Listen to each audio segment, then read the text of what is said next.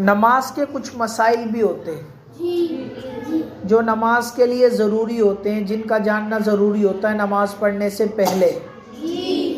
नमाज हमारी जब ही सही होगी जब हमें नमाज के मसाइल का पता होगा। तो नमाज के जो मसाइल हैं उनमें सबसे पहले हम सीखेंगे फ़राइज़ नमाज। क्या सीखेंगे? नमाज के फ़राइज़।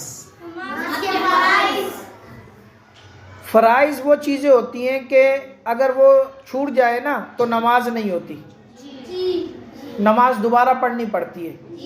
ये नमाज के फ़राइज़ जो है इनका हुक्म बता रहा हूँ फ़राइज़ का, कि अगर वो छूट जाए फ़राइज़ तो नमाज नहीं होगी हमारी। एक फ़र्ज़ भी अगर छूट गया तो नमाज नहीं होगी, फिर से हमें नमाज पढ़नी पड़ेगी, नमाज दोहरानी पड़ेगी। तो अहम चीज़ है नहीं फ़राइज़।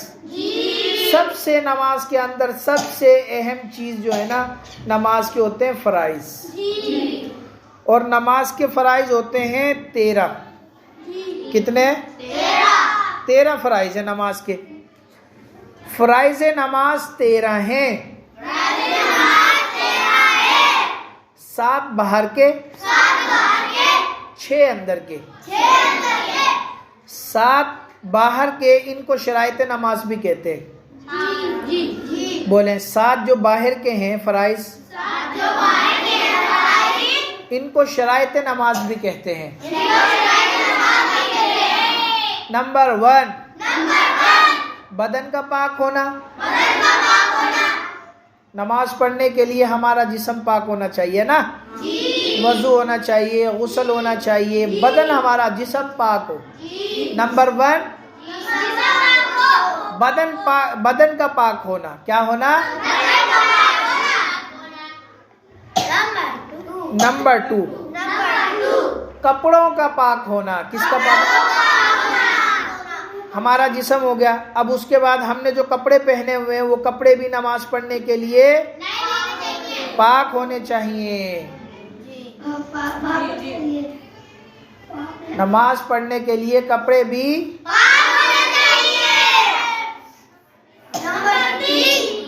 नंबर 3 जगह का पाक होना।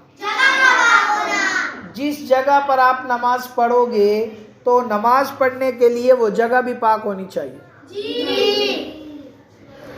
चौथा सतर का ढांपना। सतर का छुपाना। सतर जो है ना कितनी होती है वो आपको बताऊं।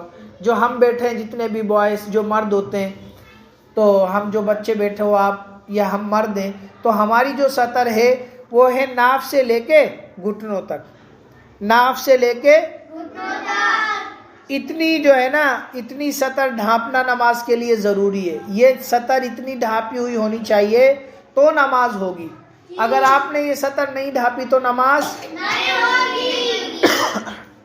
और औरतों की जो सतर है सिवाय चेहरे, हथेलियां और कदमों के तमाम बदन का ढांपना उनके लिए ना उनकी सतर है, ढांपना ज़रूरी है। नमाज के अंदर कोई आपकी बहन कोई लड़की नमाज पढ़ेगी तो उसके लिए चेहरे सिवाय चेहरे के चेहरा खुला रख सकती है, हथेली ये जो ये वाला हिस्सा है आगे वाला नमाज इसका हाथ का, हथेली और कदम ये सिर्फ खुले रह सकते हैं। इसके अलावा सारी सतर है। और दुपट्टा उतर के नमाज पढ़ते हुए तो नमाज नहीं होगी, फ़र्ज छूट गया। तो आज हमने पढ़े नमाज के 4 फ़राइज़ हो गए। पांचवा भी बता देता हूँ। पांचवा ये है कि नमाज का वक्त होना। नमाज पढ़ने के लिए नमाज का वक्त होना ज़रूरी है। नमाज का वक्त नहीं होगा तो नमाज नहीं होगी।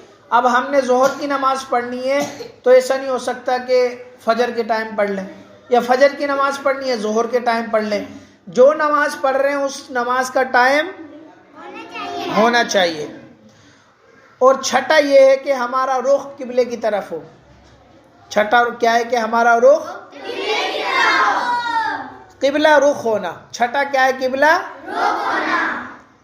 7वां नियत करना, नमाज पढ़ने की नियत करना, ये भी फर्ज है। ठीक है। आज हमने पढ़ लिए नमाज के 13 फ़राइज़ में से 7 और 7 वो जो नमाज से पहले के हैं, नमाज से बाहर के हैं, उनको शराइत नमाज भी कहा जाता है। उनको समझ आ गए?